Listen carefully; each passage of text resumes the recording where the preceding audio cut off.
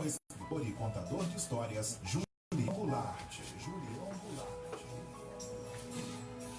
Olá, ouvintes, boa tarde. Mais um programa Hora da História, pela Rádio Cultura AM 1110 de Florianópolis, a capital linda e encantadora dos catarinenses. Santa Catarina, um lugar de excelência para viver.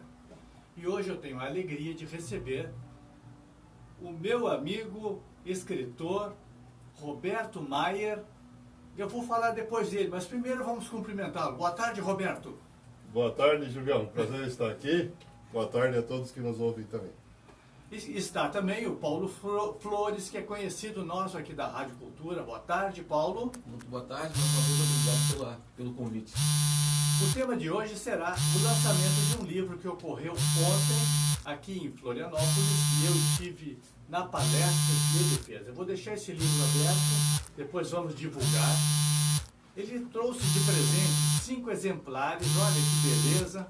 E esses 5 exemplares nós vamos sortear na Rádio Cultura ao longo da programação da semana. Eu quero fazer uma pergunta inicialmente ao escritor que já escreveu vários livros científicos, mas esse aqui, As 7 Chaves da Oração da Serenidade. E nós temos muitas perguntas, os ouvintes também têm. É com você, meu amigo Roberto Maier. Ok. Esse livro ele é fruto, na verdade, né, de um trabalho voluntário do qual eu venho participando há 7 anos, que é o Amor Exigente. Já esteve presente aqui em diversas oportunidades no programa, junto com você. E, como muitos outros, eu acabei chegando ao Amor Exigente em função de adversidades que enfrentei na vida, mas em função da vivência anterior, eu acabei, na verdade, fazendo uma série de questionamentos que nunca tinham sido feitos antes e que me levaram a estudar, a pesquisar e, a partir do resultado desse esforço, produzir o livro. O livro As 7 Chaves da Oração. Conta, a primeira pergunta é o histórico, esse aqui é uma oração. Sim. O histórico, qual é a origem, quantos idiomas que essa oração é feita, conta para nós. Bom, a Oração da Serenidade, ela tem uma história que é quase que lendária, né? Tem muitos mitos sobre isso, e essa foi a primeira questão que eu fui estudar, procurando fontes históricas, né? De fato, o tema, né, da Oração da Serenidade a gente encontra desde a época do Império Romano em alguns filósofos, né? Mas em que momento isso cristalizou no formato que a gente usa hoje não é conhecido de forma precisa. Existem alguns religiosos que dizem que foram eles que fizeram, mas a oração é mais antiga. É muito mais antiga. Exatamente. E digamos assim, o grande ponto de virada foi no final dos anos 30, né? Começo dos anos 40, quando os alcoólicos anônimos receberam essa oração meio que por acaso, gostaram e adotaram ela como parte da literatura do AA. E a partir desse momento a oração explodiu, né? Seu uso no mundo se tornou tão forte e popular que o próprio fundador do AA, né, conhecido como Bill, né, quando ele foi agraciado com... Muitas vezes ele sempre dizia, né, que essa oração, apesar de ela ter caído por acaso no movimento, ela se transformou numa pedra angular do movimento. Tem muita gente que não conhece nada de AA, exceto a oração. A oração. Né? E isso foi tão forte que se espalhou pelo mundo todo, então todo lugar do planeta onde tem AA, isso é utilizado, e também se espalhou pelos outros grupos de apoio, como Narcóticos Anônimos, Al-Anon, e no nosso caso aqui, no Amor Exigente também. E essa oração pode ser usada, proferida, dita em qualquer situação, não só na dependência química. Sim, a essência da oração, na verdade, ela não é uma reza, né, no sentido de uma religião. Né? E também é ecumênica, não é? Exatamente. Ela é uma oração que nos dá uma orientação sobre como que a gente deve agir quando a gente enfrenta adversidades na vida. Né? E essa é uma questão que todos temos, porque ninguém vive sem problemas. Né? Ninguém vive então, sem na faz verdade, parte sim, da vida. exatamente. Toda vez que a gente enfrenta um problema, a oração nos dá uma receita para como agir. Né? Muito bem. Agora, eu quero dizer aos nossos ouvintes e também quem está na rede social que nós hoje vamos fazer 2 blocos de programa em Beto Silva. 2 blocos. O primeiro nós vamos tratar esse assunto dos livros dele, tem vários livros, mas esse aqui vai ser o foco da pauta. E no segundo bloco eu vou aproveitar o conhecimento científico que ele tem, científico da computação, da TI, tecnológico, foi formado lá pela Universidade de São Paulo. Ele recentemente fez um debate, uma palestra iluminativa sobre proteção de dados na Assembleia Legislativa de São Paulo. E o Julião estava pendurado lá, né, que eu percebendo. Muito bem, essa pessoa tem que vir aqui para a rádio. No segundo bloco nós vamos falar sobre hacker, proteção de dados e outras coisas, tá certo? Perfeitamente. Agora, nesse aqui, meu amigo, você estava no lançamento. Conta aí, faz uma pergunta para o nosso convidado. Eu tive a oportunidade de estar presenciando, para a gente foi uma honra e um diferencial poder ter o Roberto conosco, para tratar da oração, né? Que eu particularmente conheci a oração da serenidade no Amor Exigente, mas depois de bater os olhos, né, e passar a conviver com a oração, aí lógico, isso parece que cria um radar na gente, que a gente começa a percebê-la em outros locais. E aí eu me perguntava, mas isso aqui não era do Amor Exigente? E aí fui percebendo que não. Como você bem falou, Julião, ela é ecumênica. Ecumênica, né? A gente encontra ela em vários... todas as geografias, né? Exato. E uma pergunta que eu aproveito para fazer para o Roberto é... Primeiro, quanto tempo de pesquisa, Roberto, você teve, né? E quais as tuas fontes? Onde você levantou os teus dados para chegar a esse material tão rico? Bom, de fato, esse trabalho todo foi feito como voluntário, né? Eu tenho meu trabalho, né? Então a dedicação, obviamente, ela foi de algumas poucas horas por semana. Talvez por isso tenha levado muito tempo, né? Então, na verdade, assim, os primeiros questionamentos sobre o porquê dessas coisas, eu me fiz a partir do momento que eu deixei de ser apenas um participante dos grupos de Amor Exigente e passei a ser um voluntário. A partir de aí, uns 2 anos mais ou menos, eu consegui cristalizar um conjunto de questões e ir em busca de fontes. Né? E aí eu comecei a estudar nos próprios livros da história dos alcoólicos anônimos, comecei a questionar os próprios coordenadores mais experientes, que os primeiros que eu perguntei não tinha resposta, mandaram falar com outras pessoas. Inclusive foi assim que eu cheguei nos fundadores do Amor Exigente, né? No Padre Haroldo, a Dona Mara, e aí eles começaram a ter um diálogo comigo e a gente foi trabalhando e eu fui produzindo, na verdade, pequenos artigos, aberturas para o grupo, a partir dos resultados, né, das coisas que eu ia descobrindo. E esse processo levou mais ou menos 1 ano até que foi sugerido, não, faça um livro disso, né? E aí isso se tornou um primeiro manuscrito, né, que foi submetido à editora Vozes, né, por sugestão do Padre Haroldo como primeira opção, e o processo de aprovação do texto levou quase meio ano até assinar o contrato, e depois foi mais meio ano até o livro ficar pronto nesse formato que vocês têm na mão hoje, né? Então o processo todo foi bem longo, né? E por isso a gente espera também que a vida útil, né, da obra seja bem longa, né? Ela foi escrita, né, para ser um texto perene, né? Ela não tem nenhuma referência do que aconteceu ontem, semana passada, pelo contrário. Aqui e agora. Exatamente. Agora, Roberto, eu vou convidá-los, você, Roberto, e o Paulo, vamos fazer juntos a oração da serenidade e depois ele vai ter que nos contar essa história das 7 chaves. Que 7 chaves tem. Nós vamos fazer aqui a oração da serenidade, nós juntos, e depois você aborda cada palavrinha. Ok. Topa o desafio? Top.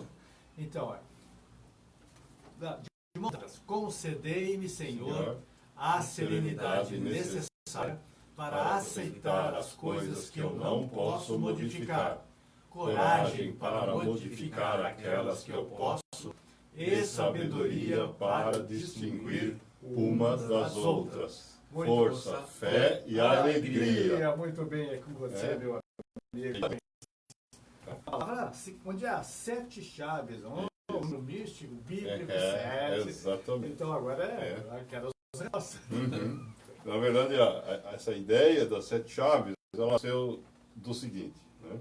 Quando eu fui estudar essa questão de onde que a oração era usada e etc., eu me dei conta que provavelmente essa seja a oração mais usada no planeta, mais do que qualquer oração de uma religião individualmente, né? E, ao mesmo tempo, as explicações que eu recebi, né, elas se baseavam simplesmente na leitura literal das palavras que a compõem, que dizem que aquelas coisas que a gente deve aceitar e aquelas que a gente deve modificar, né, quando a gente se defronta com uma adversidade, né? Mas aí eu comecei a estudar as palavras e entendi, por exemplo, que quando a gente fala para aceitar, junto vem a questão da serenidade, que dá nome à oração. Que quando a gente fala de modificar algo que é difícil, normalmente dá medo, né? Então, requer coragem, né? Da mesma forma, para a gente saber se uma adversidade se encaixa numa categoria ou na outra, nós precisamos de sabedoria, né? Então, o que eu fiz, na verdade, foi escolher essas palavras-chave da oração, que são 7, né? E apelidar elas de as 7 chaves da oração. E no livro tem um capítulo dedicado a cada uma delas, e aí eu vou desenvolvendo os conceitos, né, de serenidade, de aceitação, de sabedoria, de força, de fé, de alegria, né, especificamente trabalhando no contexto dessa espiritualidade pluralista. A gente trabalha no amor exigente e que é totalmente independente de qualquer crença religiosa. É ecumênico. Exatamente. Ela é aberta a membros de qualquer credo e aberta inclusive àqueles que se dizem ateus. Ateus também. Aliás, tem um apêndice do livro explicando por que isso é possível. Essa oração pode ser feita por um ateu, mas que palavra eu teria que substituir? O Senhor, o que seria? Então, o conceito, o Senhor é aquele que você acredita que manda.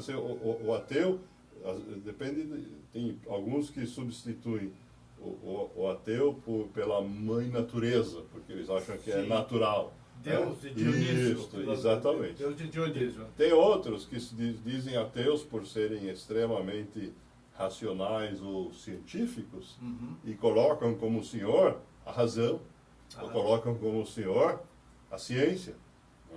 Então, não importa qual seja o motivo, né? Você tem sempre uma fonte da qual você vai beber, que é mais transcendente e maior que você. E aqui nesses estúdios, os ouvintes que acompanham o programa há 15 anos no ar, sabem que já entrevistei pessoas que não acreditam num ser superior, o ateu. Já entrevistei o Amir Al-Karan, que é um rabino, aliás, da islamismo.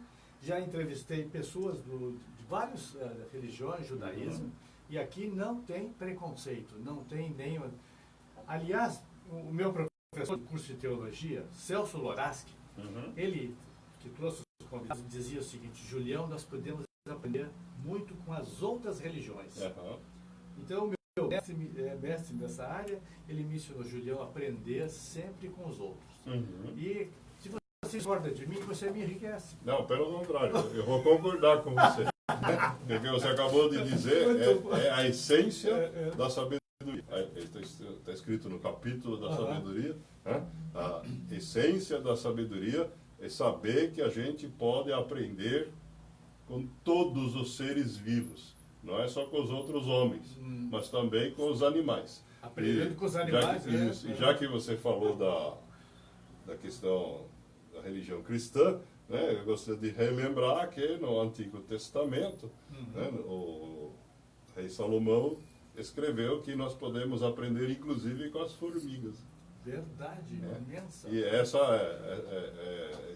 temática, né, das formigas, eu usei no capítulo da sabedoria, inclusive, como ilustração, né, porque o livro, além de ele ser dividido em capítulos, que podem ser lidos de forma independente, ele tem mesclado no meio do caminho uma série de histórias, anedotas, fábulas, né, que podem ser lidas, que podem ser lidas de forma independente. Né? E uma delas aborda exatamente a história das formigas. E em cada momento, cada leitura que a gente fizer, em momentos diferentes, a interpretação é outra, a percepção é outra, o sentimento é outro. Agora, meu amigo Paulo, você estava lá como apresentador também, mestre de cerimônias, e me fala, o que o pessoal achou daquela palestra? A palestra até agora está reverberando, né? Os comentários, lógico, nos dias atuais a gente usa as mídias sociais para fazer, né, a propagação daquilo que aconteceu. Então, assim, no momento da própria palestra, ao final, os elogios foram totais. O Roberto ficou lá para autografar os livros, formou uma fila enorme. Parabéns. Das pessoas querendo o livro, pegando autógrafo, orgulhosas, tirando foto com ele. O Roberto virou modelo lá. E quando eu cheguei no auditório na Igreja da Trindade, da Trindade, eu vi, meu Deus, que coisa boa. Estava lá, o povo ainda estava chegando. Foi, então foi. Crianças colam, e aí tava... Foi, então assim, foi uma repercussão muito boa. Foi. Né? Pra gente foi foi um prazer e foi um privilégio poder ter o Roberto, uma agenda cheia, muito compromisso. Um empresário de São Paulo. Empresário de São Paulo, a gente sabe que não é fácil. Não é fácil mesmo. Então, se dispôs a vir a Florianópolis e com certeza enriqueceu. Quem teve presente lá, com certeza teve uma grande aula ontem. Ele colocou num slide um barco no mar e aparentemente umas ondas assim, que são eventualmente o mar, né? Ele não é sempre sereno, é igual. E fez uma comparação, uma metáfora com a vida. Que exemplo muito lindo aquele ali. Essa é uma das parábolas que está no livro também. Que exemplo. E a gente está dentro de um barco. E quais os procedimentos? O que eu posso fazer dentro? Na verdade, essa parábola ela é baseada num barco navegando no meio do mar, simbolizando o local onde nós vivemos. Né? Então, na verdade, eu começo dizendo que nós fomos colocados neste barco quando nós iniciamos a nossa vida, sem saber direito por quê, e não sabemos até quando vamos ficar. E aí a gente tem que viver dentro deste barco, superando as ondas, né? E não só as ondas, também ali dentro tem... Claro, temos que conviver com os outros, né? Mas o mais importante é decidir para onde que esse barco da nossa vida deve ir. Né? E quando a gente desiste de tomar essa decisão, a gente acaba, na verdade, caindo numa atitude que eu chamo de conformismo. Porque a gente precisa... Tá bom aqui, tá bom assim, isso, não faz nada. Não faça nada, a natureza... exatamente. Para onde o barco for, tá bom, né? Vamos vivendo quanto der, né? Tá certo? Isso é conformismo. Né? A oração da serenidade nos convoca a aceitar aquilo que a gente não pode modificar. Com certeza não pode. Isso. Né? Somente aquilo. Então, o que acontece? Por mais que a gente tenha que enfrentar as adversidades do mar, né, que simboliza a vida, que a gente tem que enfrentar as adversidades do vento, do lugar que o barco está navegando, ao mesmo tempo, essas adversidades servem de únicos recursos que a gente tem para a gente melhorar aquela condição. Então, para pegar o exemplo dos marujos, nós podemos usar o vento, ajustando as velas do barco, para fazer com que, apesar das ondas e do vento, o navio vá na direção que nós escolhemos. Direção que nós escolhemos. Exatamente. Que frase. Dos pontos também que me chamou a atenção foi quando o Roberto apresentou a questão da amplitude dessa oração no globo terrestre. Quantidade de países que é atingido, que conhecem essa oração e a utilizam. Então todas essas características que foram faladas agora são atinentes a nós aqui brasileiros, aos argentinos, aos europeus, pessoas com culturas diferentes, mas que no seu ser, ali na intimidade, naquilo que é o mais, vamos dizer, raiz que está nela, acaba sendo igual. Independente do credo, independente de onde ela está vivendo. Isso é fraternidade, isso aí é um ser humano se conectando, né, de uma linguagem comum. Sim, é o que eu chamo, eu falo dessa temática no apêndice, focado nos ateus, né? Eu chamo isso da singularidade do ser humano quando comparado com os demais animais.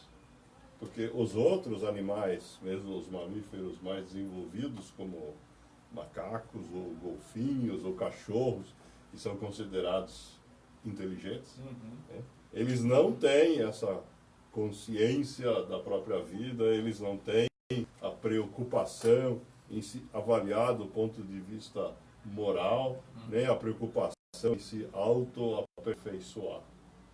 Os macacos da geração seguinte não sabem nada sobre os seus bisavós, nós temos registro, exatamente.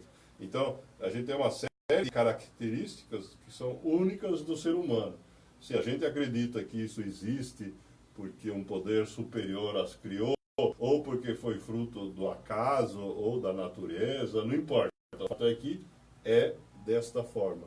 E quando a gente trabalha para conscientemente tirar proveito desses recursos, que são únicos dos seres humanos, aí a gente está praticando a espiritualidade.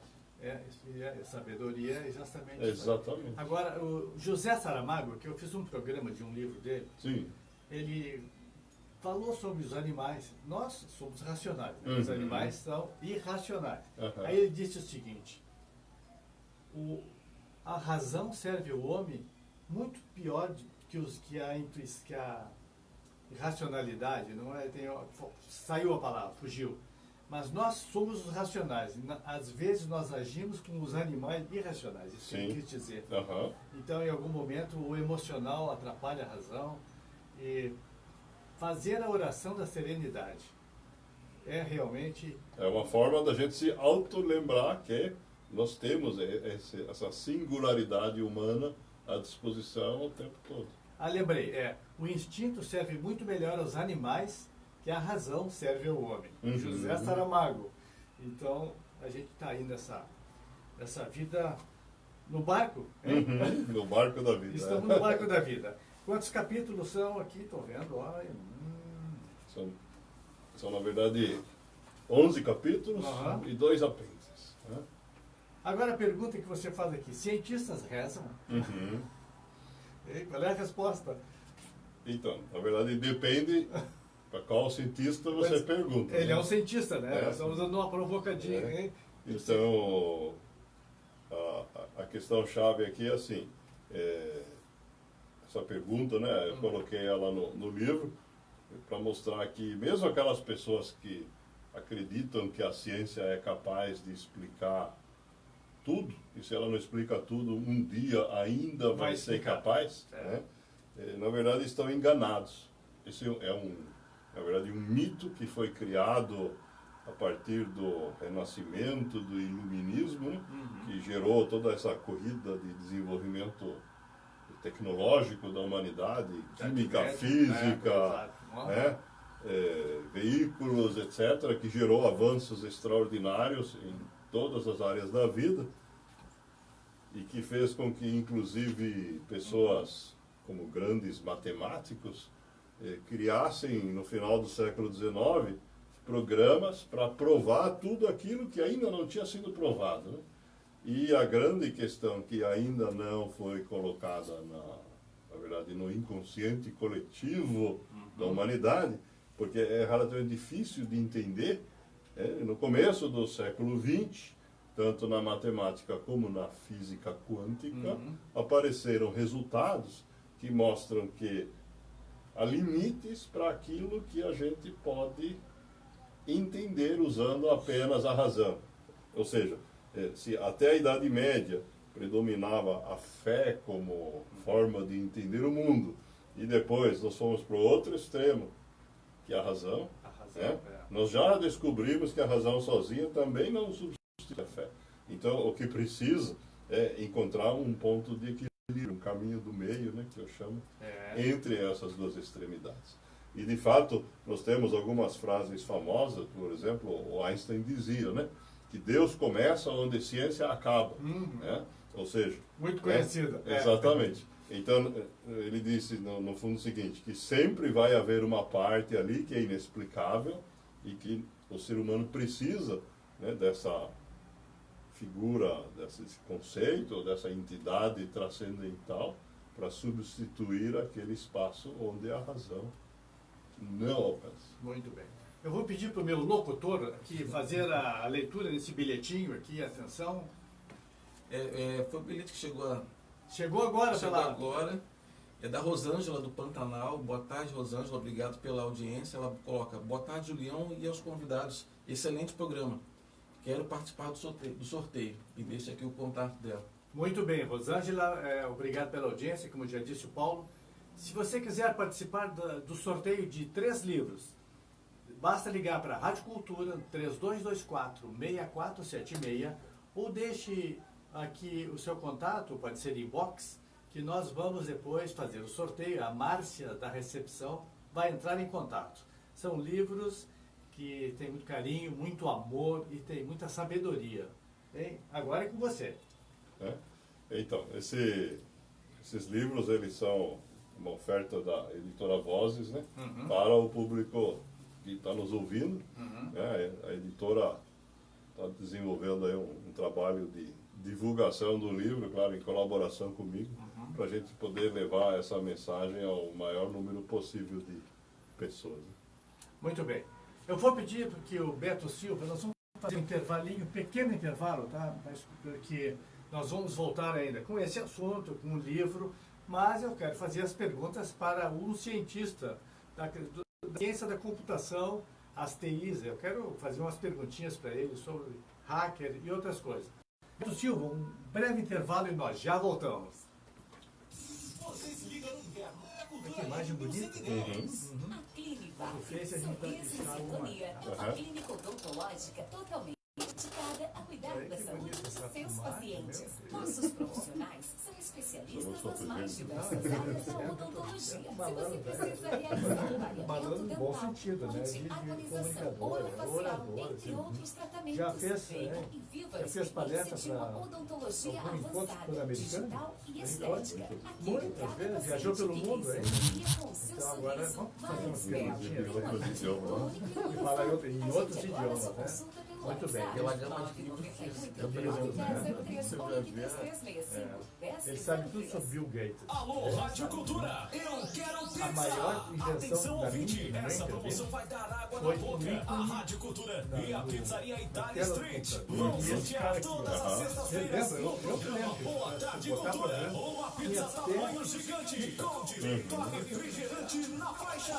Que tal começar o final de semana mais saboroso? Então liga agora para 3224-6476 ou pelo WhatsApp 984641110 e se cadastre na promoção Alô Rádio Cultura. Eu quero pizza. O ganhador irá retirar seu brinde diretamente no balcão da pizzaria. São 6 deliciosos sabores. Participe! Participe da tarde de prêmios do Dia dos Pais, dia 10 de agosto, sábado, na Vila do Divino Oleiro. Aí já Às vem 15 ele. horas, Santa Missa pelos Pais. E na sequência, grandiosa tarde de prêmios e praça de alimentação. Adquira sua cartela dos locais de missão da Comunidade Divino Oleiro ou no CEA. Mais um. Informações 48 3296 1511.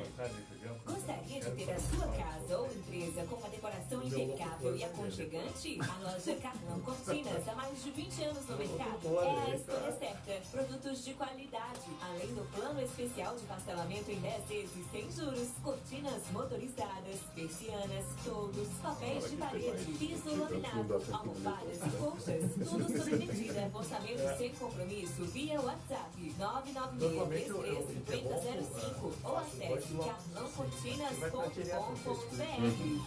Todas as quartas-feiras, às 20 horas, na Vila do Divino Oleiro, Missa Carismática de Louvor com o Padre Márcio. Venha louvar, adorar e clamar a Deus pelas suas necessidades. Missa Carismática, todas as quartas-feiras, às 20 horas, na Vila do Divino Oleiro, em Governador Celso Ramos. Agora apareceu bacana. A Vim entrega soluções em internet para empresas e condomínios de forma pioneira em toda a grande Florianópolis e tem conquistado a confiança de seus clientes com oferta de internet dedicada, serviços de voz e data center, sempre com DNA local de gente apaixonada pelo que faz. A transformação de nossa região em um polo tecnológico se confunde com a nossa história, que não para por aqui. Venha fazer parte. Acesse vim.com.br ou ligue para um de nossos consultores no 48 3331 3444. A solução da internet na Ilha do Silício. Aqui está o protagonista. Hoje é quinta-feira, dia de adoração ao Santíssimo. Aí vem o Deus Beto é espírito, Silva agora. E é Aham. necessário que seus adoradores o adorem em espírito e em verdade. João 4, versículo 24. 5h34. Projeto mais feliz com Jesus, levando o amor de Deus até seu coração.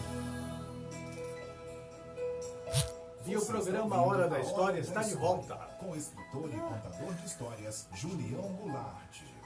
E o programa Hora da História está de volta pela Rádio Cultura AM 1110 de Florianópolis. Nesse segundo bloco, como já combinamos, nós vamos falar sobre TI, a ciência da computação.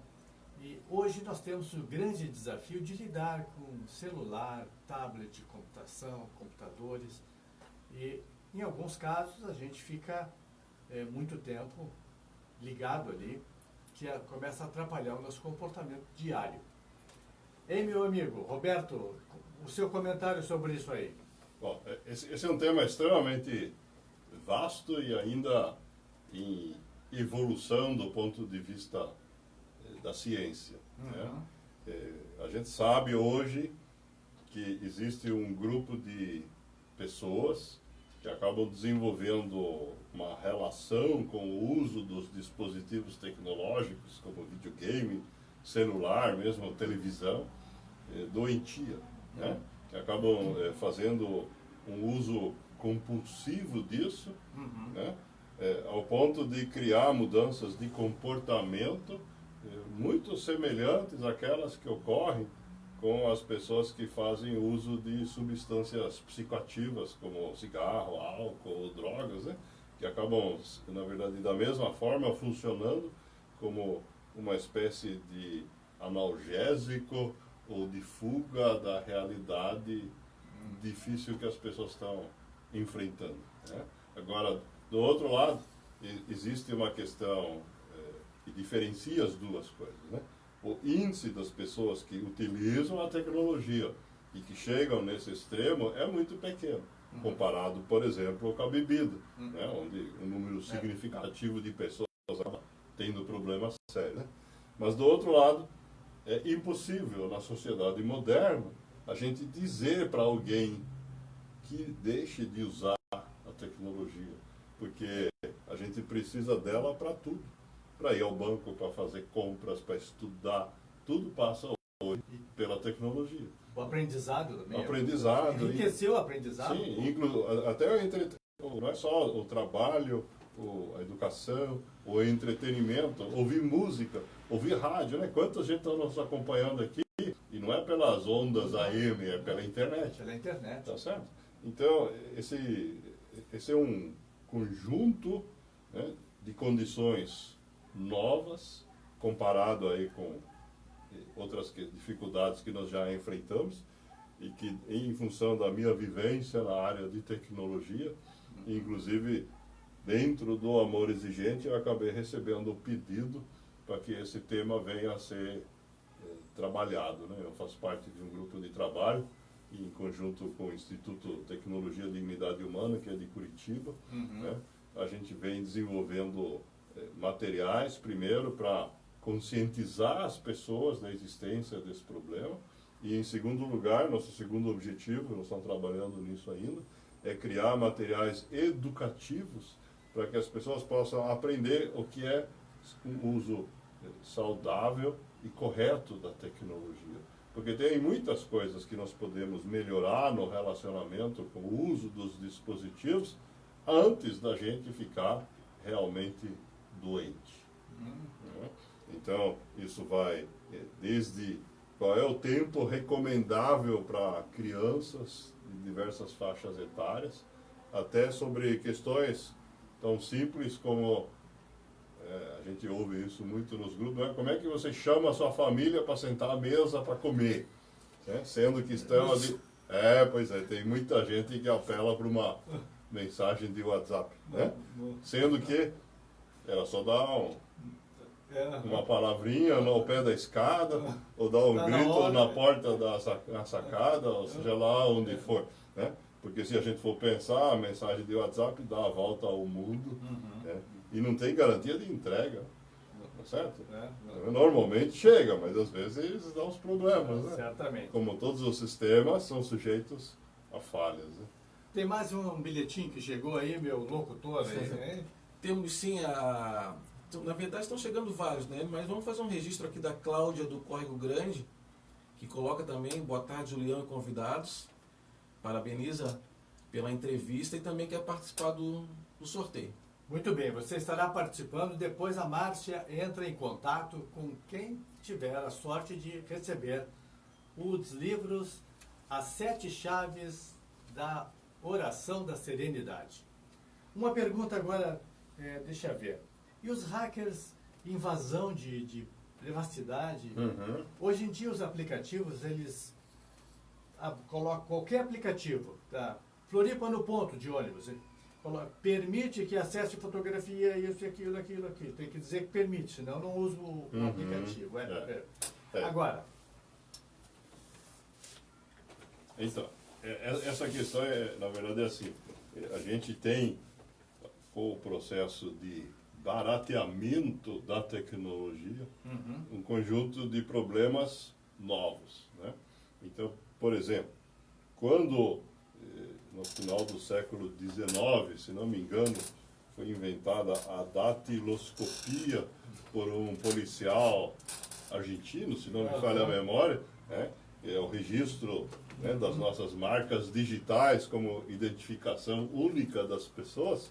Essa tecnologia de identificar pessoas pelas digitais era extremamente caro, raro, difícil, e por isso, em todo o planeta, ao longo da segunda metade do século XIX, o século XX até hoje, a polícia usa as digitais como prova de identificação de criminosos. Quando alguém comete um crime e deixa uma digital no cenário do crime, isso serve como prova de que foi aquela pessoa que cometeu o crime e não uma outra, certo?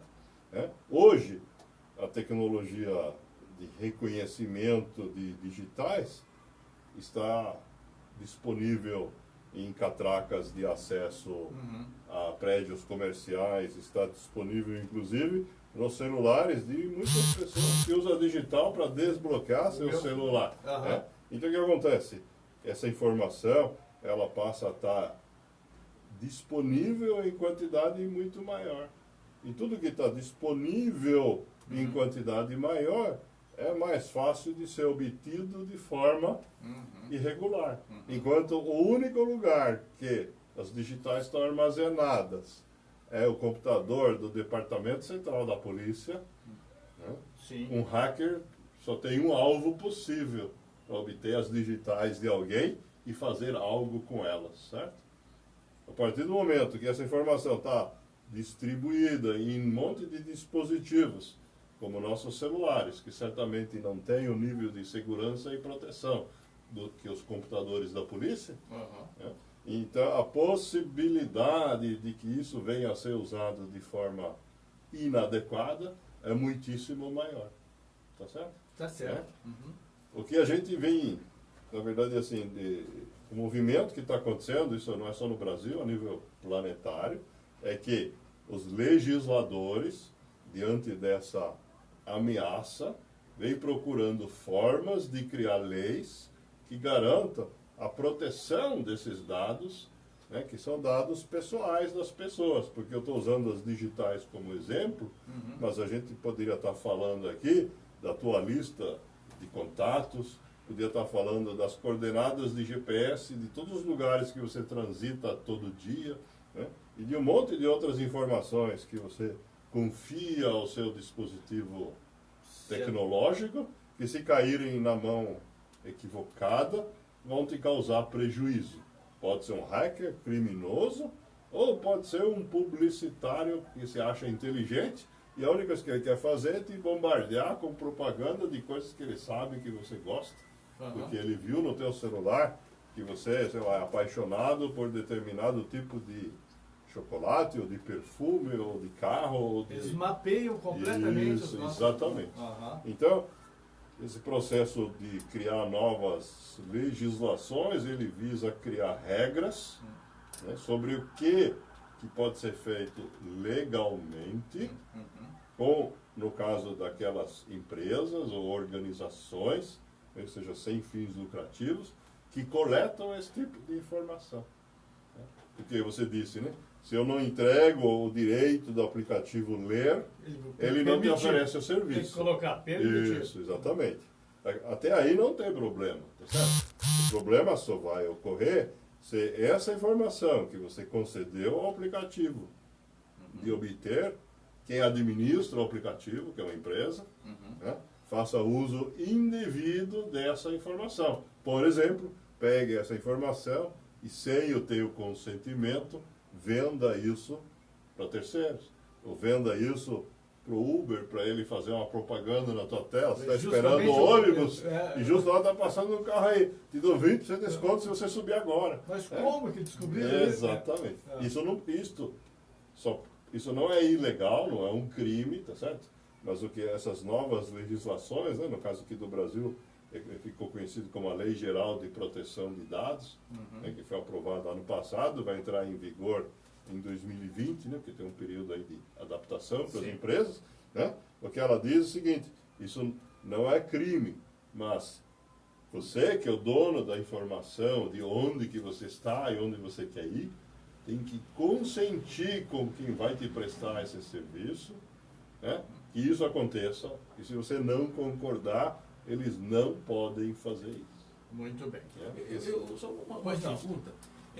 Quando a gente vai acessar um aplicativo, fazer uma operação financeira via internet, ou contratar algum tipo de serviço via internet, a gente sempre se depara com os termos de uso. Sim. E que se nós não aceitarmos, não vamos além daquela transação, não vamos além daquele acordo. A gente se vê meio que obrigado a aceitar os termos de uso, porque não tem ali uma maneira de você discutir aquele termo de uso naquele processo. Como que a gente faria? A gente pega os termos de uso e aí, num processo moroso, né, sei lá, contrata um advogado e vai tentar discutir essa individualidade, e aí eu perco tempo, porque eu perco isso. Ou não tem jeito, a gente vai ter que sempre aceitar o termo de uso e ficar à mercê. Essa é uma questão, na verdade, que ela vem de antes dessa legislação. Isso que você está colocando é o que a nível jurídico se chama de contratos de adesão. Então, quando você compra uma passagem aérea, desde que se inventou avião, tem lá um conjunto de cláusulas que diz que, em caso, por exemplo, de mau tempo, de força maior, a empresa não vai indenizar além de X se você não chegar no destino na hora marcada. E não adianta você, nesse caso, mover um processo. A escolha é um contrato de adesão, né? As regras têm que estar disponíveis de forma clara e você vai fazer a sua adesão ou não àquele contrato. Quando você compra um chip de celular, quando você compra uma passagem de ônibus, quando você compra um remédio, né? A bula é a mesma coisa, né? Você está aderindo ao que está escrito lá. Não adianta você processar um laboratório e dizer eu quero um remédio de dosagem diferente. Certo? A chance de discutir uma cláusula daquela, a gente não tem. Não tem. É um modelo jurídico, é um contrato de adesão. É uma questão econômica. Se ponha no lugar do fabricante ou da companhia de navegação aérea. Se ela tiver que ter um advogado para discutir cada passagem que ela vende, o custo de operação da empresa fica inviável. É melhor não ter. Tá certo? Então, quando você tem esse tipo de relação, um fornecedor com muitas pessoas, né, no mundo jurídico se inventou esse modelo chamado de contrato de adesão para reduzir, certo? A questão que se supõe qual que é? E se vamos supor, continuar com o exemplo das empresas aéreas. Se uma empresa tiver no seu contrato uma cláusula abusiva, então não vai ser você individualmente que vai mover uma ação. Vai ser uma ação coletiva, certo? Que vai beneficiar a todos.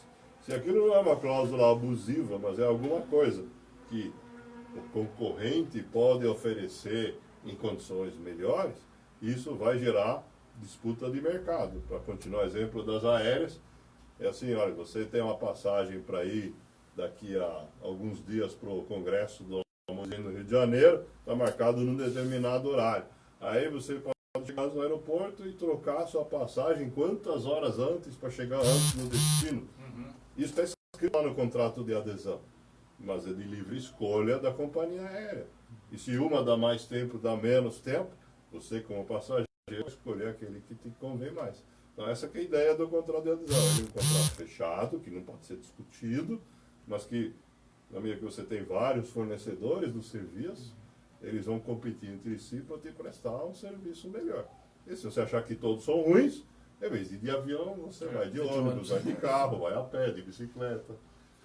Essa que é a ideia. Hoje em dia, dependendo do banco e do cliente mais poderoso, ao chegar, rodar lá naquela roletinha de acesso de segurança, o gerente dele já sabe que chegou fulano de tal, identificação facial, ele não gosta de café, ele gosta de chá, ele é esperado, sabem tudo, sabem tudo sobre o cliente, sobre nós.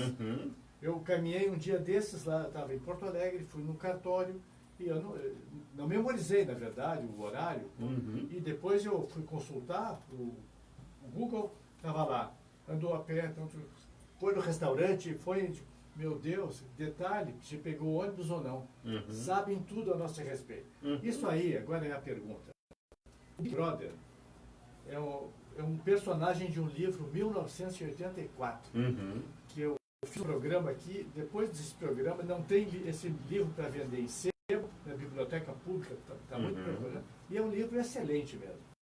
Mas o Big Brother é aquele que vigia. Quando foi escrito em 1949 e lançado, o Eric Arthur, que na verdade era o George Orwell, ele fez o seguinte, idealizou em 1949 como seria dali a 35 anos, 1984, que é o título do livro. Aí ele imaginou que todos nós seríamos vigiados, que o Big Brother, que aliás virou um programa de televisão, não brasileiro, em vários países, era da Endemol, da Holanda, depois veio o Masterchef, esse reality show e mais outros, que é tema para outro programa. Mas a pergunta é a seguinte, daqui a 35 anos, se nós fôssemos escrever um livro de ficção, Paulo também está desafiado, o que os aplicativos vão mudar, assim como já mudou na música, já na fotografia, que não tem mais aquelas fotos reveladas do filme. E o que vai daqui a 35 anos, você que é um cientista na área da computação, da TI, a bola está com ele. Ó, em primeiro lugar, agradeço a pergunta por me comparar a George Orwell, porque você está achando que eu tenho a mesma capacidade que ele de prever o que vai acontecer daqui a 35 anos, né? Eu não sei se eu vou atender a essa expectativa. Certamente. Mas o que eu posso te dizer com certeza, olhando não só para o livro 1984, mas para todos os livros de ficção científica, né, é que eles seguem essencialmente dois caminhos na hora de tentar fazer projeções. O George Orwell seguiu o caminho de qual seria a pior situação que poderia acontecer com o uso daquelas coisas que estavam surgindo naquele momento. A televisão, a teletela. Exatamente. Né? Do outro lado, aquilo que normalmente a gente entende como ficção científica, né, é a visão otimista. Né? Então nós temos, sei lá, o Isaac Asimov falando da conquista de novos planetas e coisas do tipo, que a visão é o outro extremo. Se a gente fizer tudo certo, né? E se a gente olhar para a história desses livros de ficção, né, desde o século XIX, que começou esse gênero com Júlio Verne, né, a gente vai descobrir o seguinte, que a realidade, ela nunca é 100% pessimista, nem 100% otimista. Tanto é que 1984 para nós já é história, né? Nós temos muitos habitantes do planeta que nasceram depois. E essa realidade que o George Orwell projetou, ela não existe, como está descrito no livro dele, para a humanidade toda, né? Ela existe como um jogo, um simulacro na televisão, como uma atração, né, que atrai multidões no mundo todo. Por quê? Porque não é a regra. Porque se a televisão mostrar arroz e feijão que todos nós fazemos em casa todo dia, ninguém vai assistir aquilo na televisão. Então tem que ter o conflito, exatamente, tem que ter o comportamento. Isso, tem diferente, que. Né? Exatamente. Né? Então, assim, a situação que nós vamos viver daqui a 35 anos, certamente vai ser bem diferente do que nós vamos ter hoje. A tecnologia vai continuar a evoluir, mas a nossa capacidade de compreensão também vai aumentar. Essa questão do muito positivismo ou muito negativismo, isso na verdade vem da questão espiritual do ser humano. E quando a gente quer atingir um objetivo, o primeiro passo é a gente conseguir imaginar. E quando a gente quer imaginar alguma coisa, a gente sempre imagina a mais ou a menos. Né? Então, para dar um exemplo, você quer viajar para a praia dos sonhos da sua vida nas próximas férias. Então você vai fantasiar na sua cabeça uma ilha no Caribe, um mar azul, uma vegetação verde, etc. Tantos detalhes que, mesmo que você escolha a melhor praia do Caribe, quando você chega lá, você vai ter uma decepção. Porque ela não vai ser igual à praia que você sonhou. Do sonho. Exatamente, por melhor que seja. Né? E vice-versa. Se você está numa situação difícil e você imagina a catástrofe que vai acontecer no pior dos casos, etc., a realidade não vai ser desse jeito. Pode ser ruim, mas não vai ser tão ruim. Roberto e Paulo, o tempo passou tão rápido que nem percebemos, é incrível. Então, 1 minuto para você deixar o seu recado, meu amigo. Bom, eu quero, em primeiro lugar, agradecer o convite, Julião, né? É uma honra estar aqui, né? E me colocar à disposição aí, já que o tempo voou, né? Parece que nós temos ainda muitas coisas para conversar. Né? Em algum outro momento, a gente poder continuar e me colocar à disposição também, se for o caso, para responder alguma questão dos ouvintes ou alguma questão tua, né? A respeito das questões que nós discutimos, por mensagens via redes sociais, ou Facebook, ou seja lá onde. Vamos divulgar aqui na Rádio Cultura seu livro, seu trabalho e também o acesso à informação para você. E, meu amigo Paulo, obrigado por fazer parte aqui do programa também. Obrigado mais uma vez pelo convite, né? Você sempre recebe carinhosamente o amor exigente aqui. Agradecer ao Roberto pela disponibilidade de poder vir até aqui. Tivemos ontem um grande dia, uma grande palestra, né? Que hoje, de certa forma, pode ser replicada aqui. Né, trazendo para a gente conhecimento, trazendo para a gente um pouco da bagagem, né, desse monstro aí que é no bom sentido, né, que é o Roberto. Mais uma vez, muito obrigado. Olha, meu amigo, eu estou recebendo mais, cara. O programa vai encerrar agora, não temos mais tempo, mas a Márcia vai cuidar disso aqui com o sorteio, com certeza. Obrigado Beto Silva, e na mesa de áudio, e até o próximo programa. Esse eu vou repetir nas ondas de amplitude modulada da Rádio Cultura, com certeza. Obrigado e que Deus seja louvado. Amém. Você ouviu A Hora da História, com o escritor e contador de histórias, Julião Goulart. Apoio Oikemera Centro-Dia, cuidando de quem você mais ama. Fone 3091-0738.